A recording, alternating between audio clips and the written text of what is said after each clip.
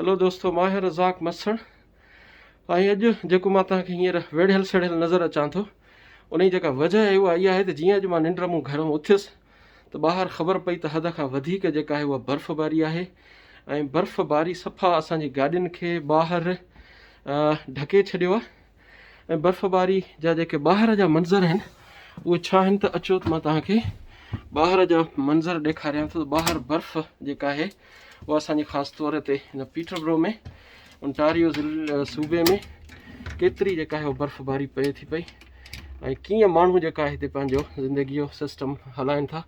अचो तव्हांखे ॿाहिरि जी बर्फ़बारी ॾेखारियां। हीअ तव्हां ॾिसी रहिया आहियो, हीअ असांजूं टेबलूं, हे असांजा पोयूं बैकयार्ड सॼो भरिजी चुको आहे बर्फ़ जो।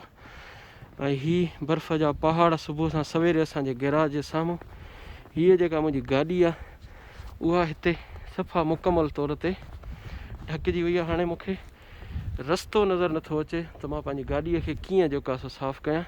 हीअ असांजो सुबुह सां सवेरे मुंहिंजो दोस्त जेको आहे सारंग, उहो उथियो सवेरे, जंहिं हे वीचारो शाबस अथसि, हे रस्तो ठाहियो अथई घटि में घटि। हिन रस्ते में हीअ असां वञूं था, हीअ सारंग जी गाॾी आहे। सारंग नई गाॾी वरिती आहे, पर नई गाॾी सां इहा हालत अथसि, गाॾियूं असां ॿिन्हिनि जूं नयूं आहिनि, पर सारंग जी गाॾी सां हाणे हीअ वाइपर जेको आहे सो असां मथे कयो हुयोसीं राति। हाणे हीअ वाइपर मथे करण खां पोइ बि जेको आहे सो हिकिड़ो वाइपर ढकिजी चुको आहे, ॿियो वाइपर जेको आहे सो हीअ आहे। हीअ मुंहिंजी जेका गाॾी आहे हीअ मुकमल तौर तव्हां ॾिसो था त मथे ताईं ढकिजी चुकी आहे। हीअ बर्फ़ जा जेके आहिनि उहे पहाड़ पइजी चुका आहिनि। हिन रस्तो ठाहियो आहे ऐं हेॾां सारंग जेको आहे उहो पंहिंजे रस्ते खे क्लियर करण में लॻो पियो आहे। हेॾां सारंग ॾे ख़बर छा पोज़ीशन आहे, काॾे हलूं? सिंध हलूं? मेड़ यादि अचे थी?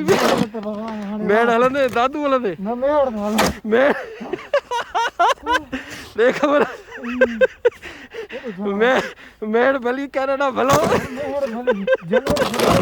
हाणे मेड़ जो माओ थो यादि अचे, मेहंदी थी यादि अचे, छा थो यादि अचे? 6 फरवरी ते सारंग जी तयारी आहे ॻोठ मेहड़, सो चए थो त अलाह करे 6 फरवरी सुभाणे थिए त को मां निकिरां।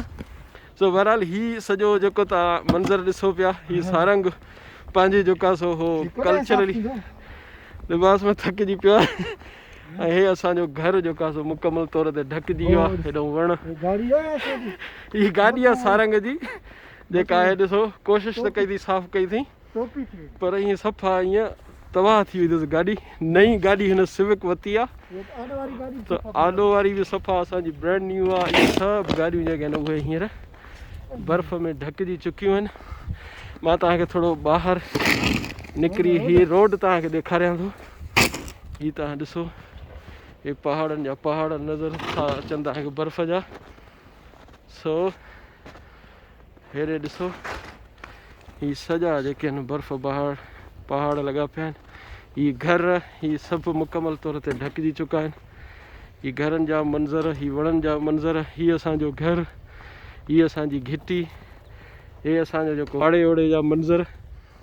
पर हींअर असां मुकमल तौर ते ढकिजी चुका आहियूं बर्फ़ में, पर उन जे बावजूद बि ज़िंदगी जेका आहे रवांदो आहे, कार वहिंवार ज़िंदगी जेको आहे रवांदो आहे।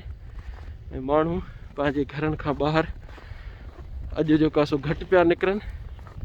हेॾां हीअ जेके आहिनि, हीअ वॾी मेन घिटी आहे असांजी जेका तव्हांखे ॾेखारियां पियो। त हिन घिटीअ में बि जेके बि घर आहिनि उहे मुकमल तौर ते ढकिजी चुका आहिनि। हीअ तव्हां ॾिसो पिया, घर, घिटियूं, रोड, रस्ता। नंढे लाॻू असां हिकिड़ो सबक़ु पढ़ंदा हुआसीं, मंछुर ढंढ जो सेर, जिते हूंदो हल भिणा अखि खुटी वञे ऐं पाणी कोन थो खुटे, चारो तरफ़ पाणी पाणी आहे। हिते तव्हांखे लॻे थो त मंछुर न, पर बर्फ़ जे ढंढ जो सेर आहे, हर तरफ़ बर्फ़ ई बर्फ़ आहे। हितां ॾिसो घर जूं छितियूं जेके आहिनि उहे बर्फ़ में ढकिजी चुकियूं आहिनि। ऐं हीअ जेको आहे सभु घर मुकमल तौर ते ढकिजी चुका आहिनि। ऐं हीअ आहिनि असांजे घरनि जा मंज़र। ऐं हाणे जेको आहे असांखे पंहिंजे घर जो जेको ड्राइव वे आहे उहो साफ़ु करिणो पवंदो, गाॾियूं क्लियर करणियूं पवंदियूं, त जीअं असां उहो करे सघूं, गाॾियूं पंहिंजूं कढी सघूं घटि में घटि। सो जेकॾहिं तव्हां चाहियो था त कैनेडा अचो, सो हिन मौसम लाइ तयारु हुजो। मां त ईअं चाहींदुसि जेके कैनेडा जा शौक़ीन आहिनि सो अचनि ऐं वेलकम इन कैनेडा। सो अचो ऐं अची हिन बर्फ़ जा मज़ा वठो।